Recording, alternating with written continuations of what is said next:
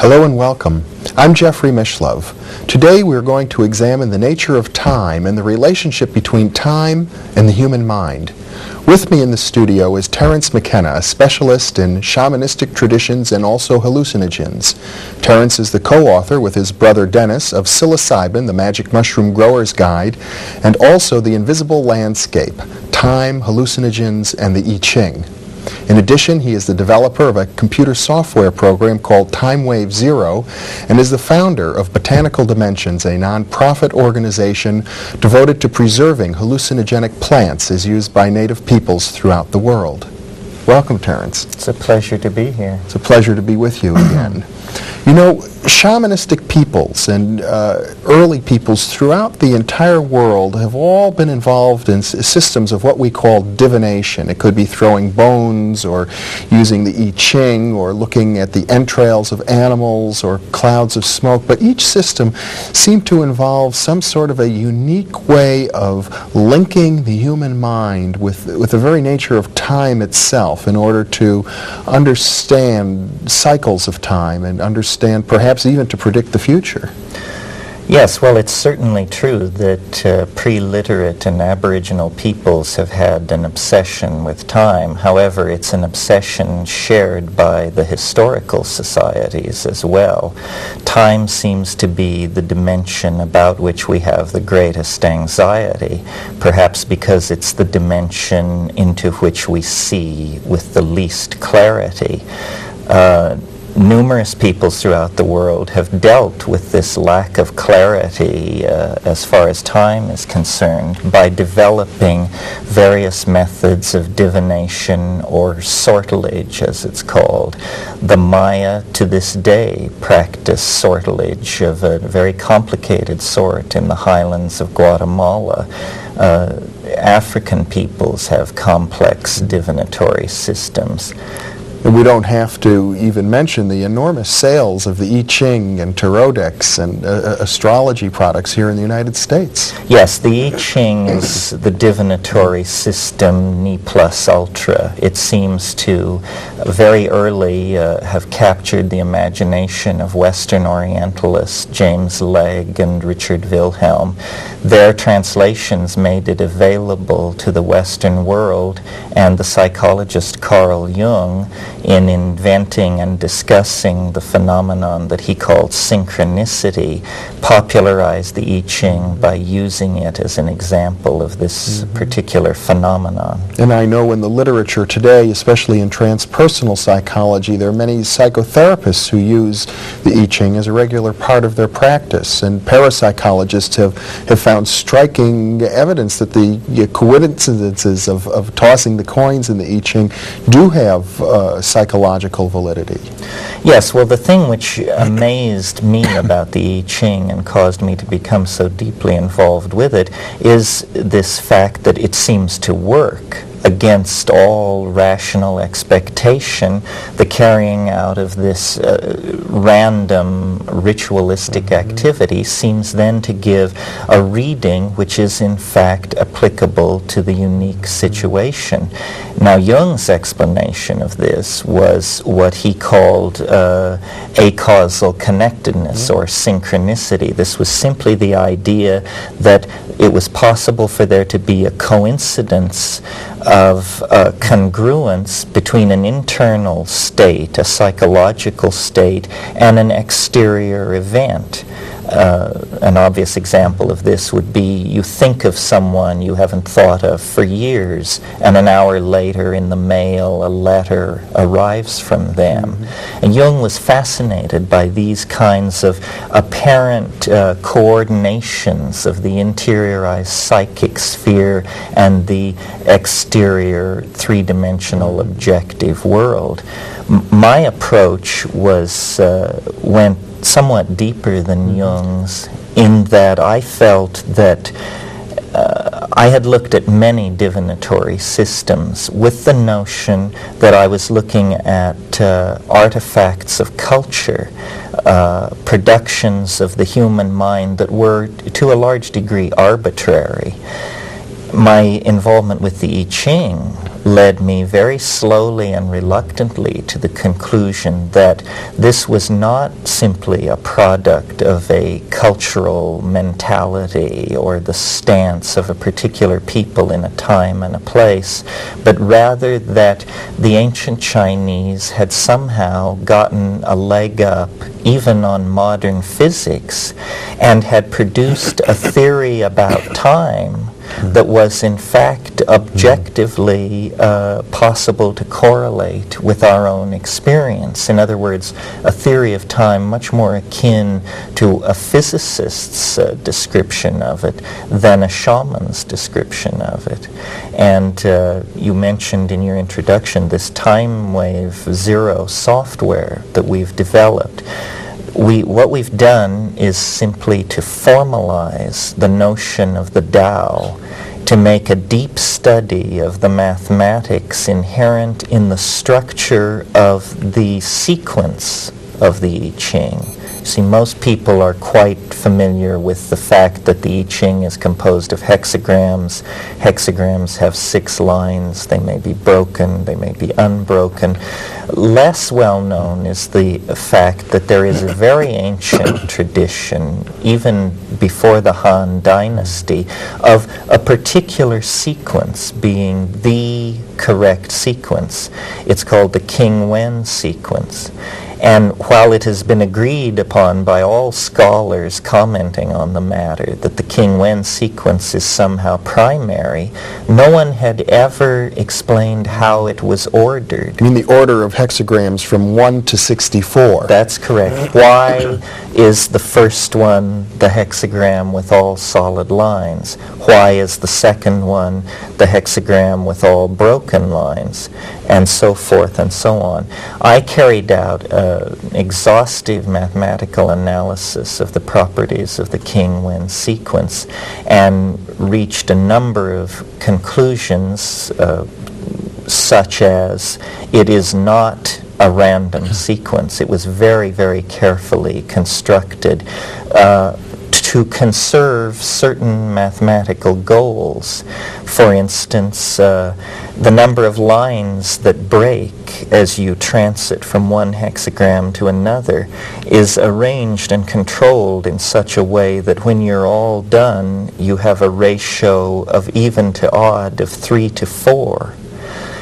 Yet this is achieved without any breakages, first order of different breakages of magnitude 5. Now you're beginning to lose me a little bit. Yes, well, what this all means very simply is that the King Wen sequence was constructed by minds the equal of research mathematicians working in the world today. It sort of reminds me of the builders of the great Greek temples who used the mystical rectangle. Proportion and symmetry seems to be the central concern here.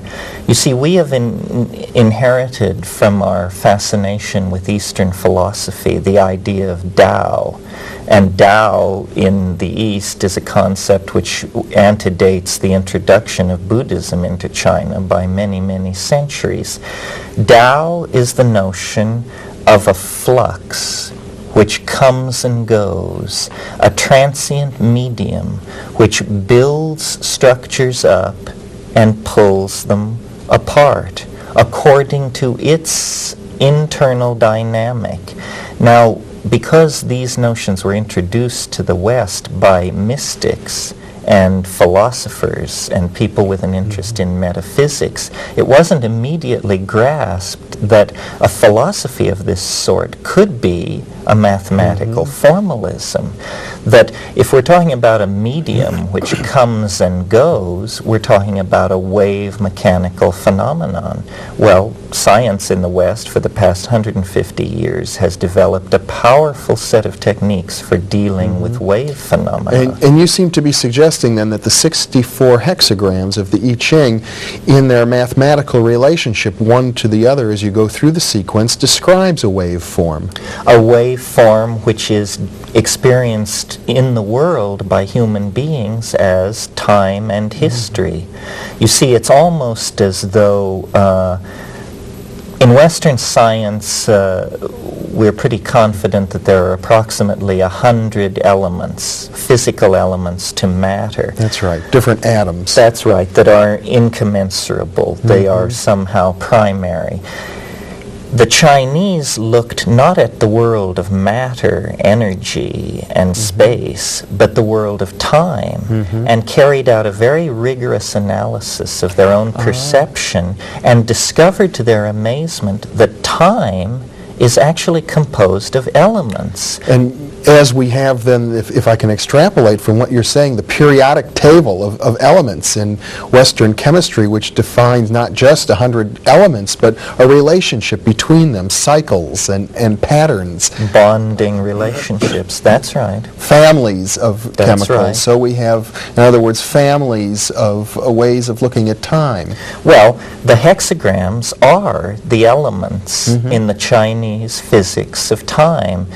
They created a science that reinforces primary perceptions that we all have, but for which we have no science. For instance, I'm sure you've noticed that every day is rather like every other day. Nevertheless, I'm sure you've also noticed that some days are radically different than others. Well, this sameness but different rule applies on all levels in a temporal hierarchy. Centuries are rather like each other, and yet occasionally a century will come along that is quite anomalous. We call this sameness and difference nesting fractal. This is a new branch of mathematics.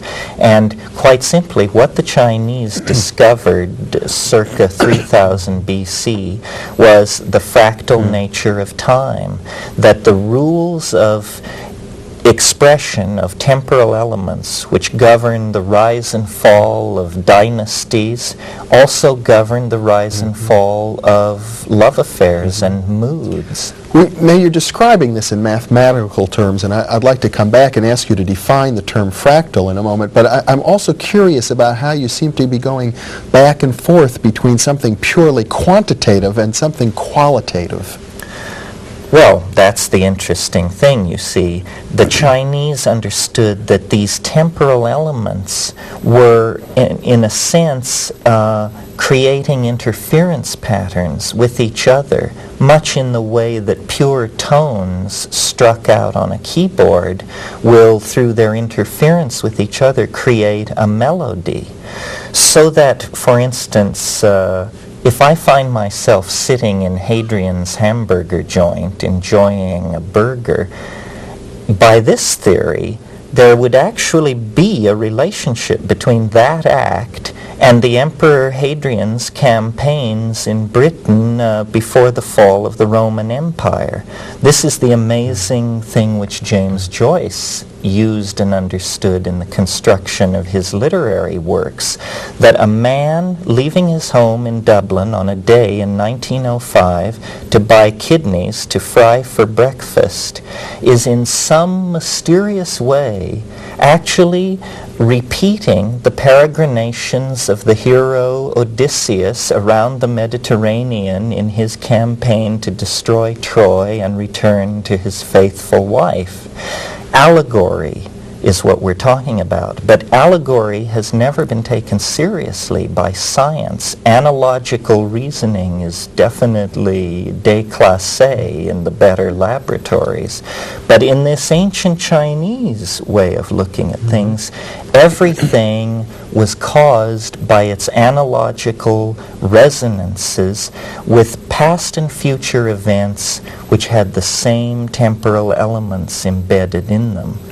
Now, it's difficult to go into this without resorting to at least charts and diagrams, if not puzzling equations with sigmas embedded in them. Well, let me step back for a moment because we've been talking very intensively about the I Ching, which is one system, a very popular and profound and highly respected system of this type. But there are other comparable systems. For example, there's astrology.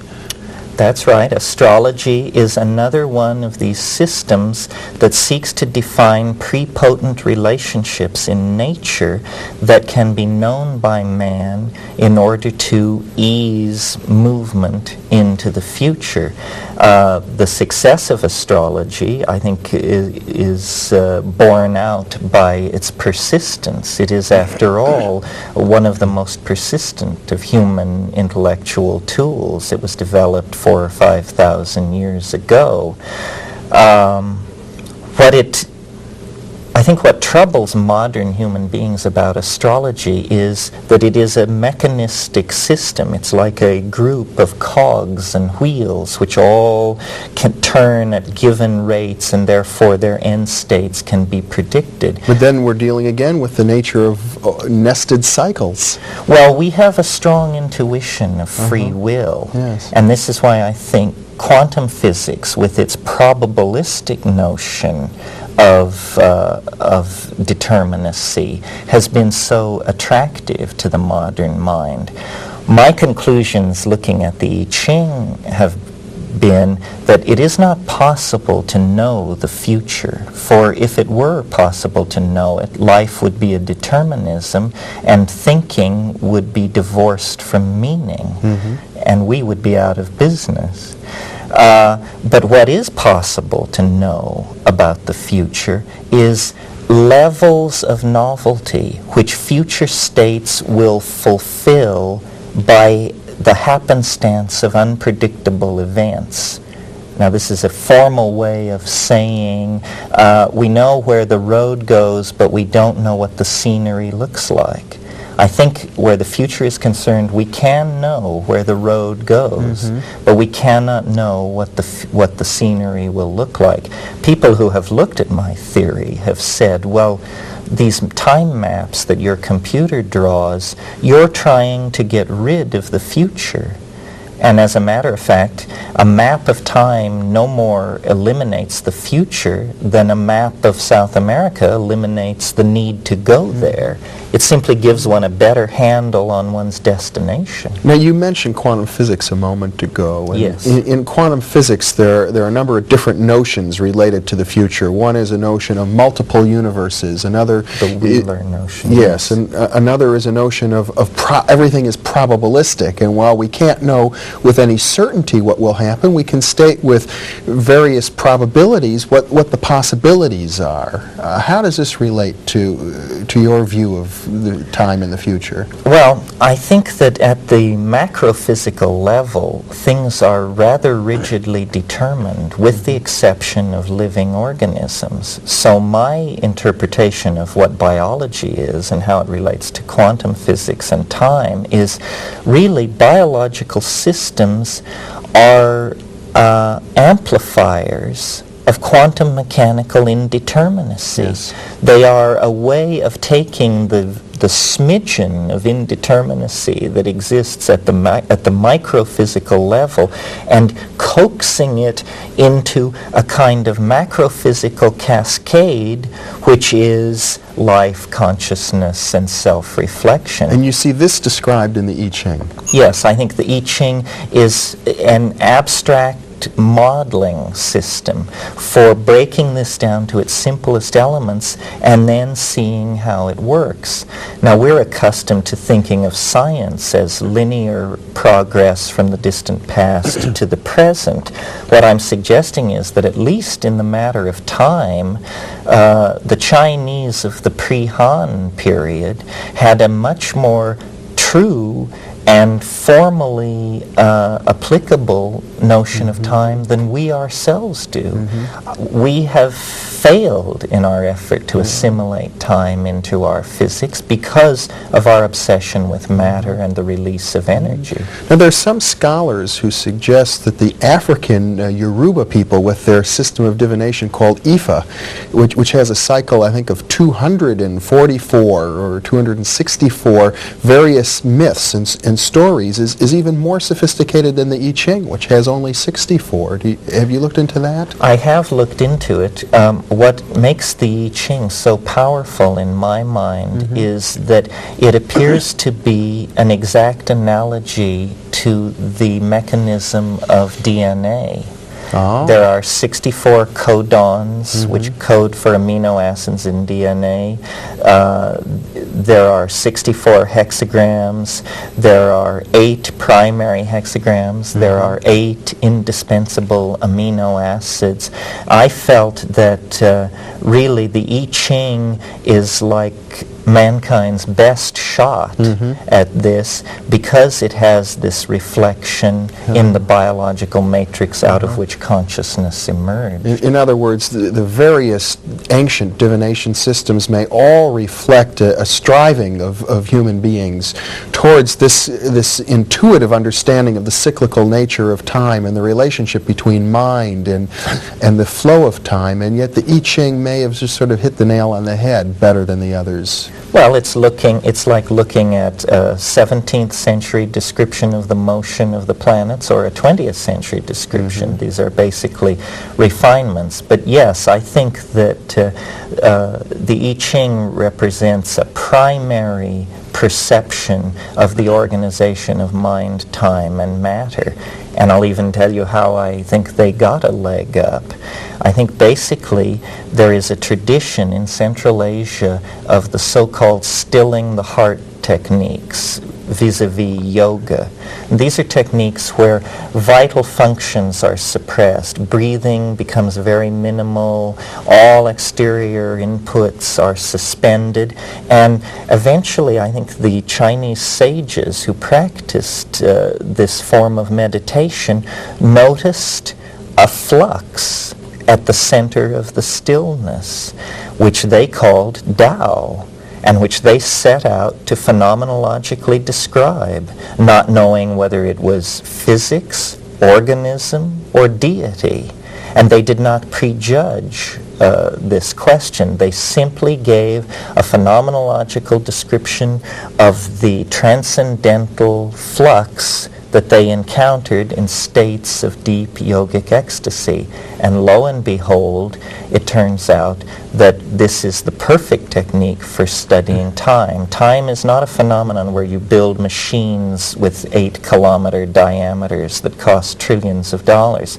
Time is a phenomenon to be studied by attending dinner parties, perhaps, or pursuing love affairs, or watching the passing of the seasons. Activities much more commiserate with our vision of the Taoist sage than the white-coated scientist of the present world religion of science.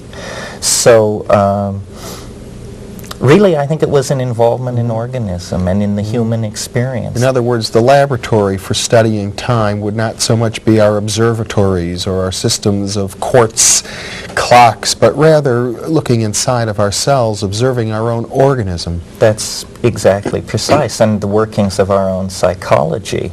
To my mind, the greatest commentator on time in the 20th century after Albert Einstein would certainly have to be Marcel Proust. Proust understood more about the time we experience and was able to communicate it than any person who has ever lived.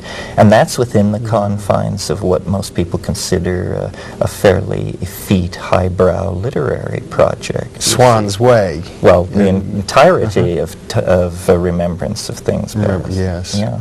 Well, I haven't read that, so you've got me a bit in the dark here, and we have about 5 minutes left, so could you summarize that point or amplify it a bit? Well, I think the point we're trying to make here, that I have been involved with over the past few years, is that a revisioning of time would assuage much of what is called modern anxiety, and that we have limited the categories we were willing to entertain in dealing with this problem, and that we must genuflect to the ancient Chinese and take a page from their notebook in this matter. The I Ching as a divinatory system of great age, reflecting the dynamics of our own genetic material, and also, though I didn't mention this evening, it also has deep calendrical properties, can be used to keep track of time, lays a basis for an understanding of this curious phenomenon called synchronicity, the coincidental meshing of interior psychic events and exterior events in the real world. It lays a basis for us to understand the unity of ourselves with the real world that our present approach makes difficult to discern. So whereas Carl Jung, the great Swiss psychiatrist who wrote, incidentally, the preface to Richard Wilhelm's book of the I Ching and postulated this theory of synchronicity, well, Jung didn't really provide any mechanism for synchronicity. He simply said it works this way, that the mind seems to be related to these events, and he found an enormous therapeutic benefit from that understanding. What you're suggesting is that the potential mechanism behind the Jungian notion of synchronicity has to do with the structure of time itself. That's right. And you must be suggesting, therefore, that the human mind at this very deep level that the sages discovered from stilling their organism, that the mind has a parallel structure, an isomorphic structure. That's exactly the central point. The mind arises out of matter. This is why the I Ching works in both worlds. One is the reflection of the other. The key to healing the apparent dualism lies in studying the temporal mechanics indicated by the I Ching. And I believe we've done this formally, mathematically. Terence McKenna, you're taking the provocative position that the I Ching, which some people view as religion and other people dismiss as superstition, is actually a science. And I gather that your computer software package, Time Wave Zero, proposes to be the demonstration of that. We believe it does demonstrate it. Of course, ultimately it will be up to our colleagues to judge the worth of our case. Terence, it's been a pleasure. Thank you very much for being with me. Well, it's been a pleasure to be here, Jeffrey, and discuss this with you. It's not an easy subject, believe me. And thank you very much for being with us.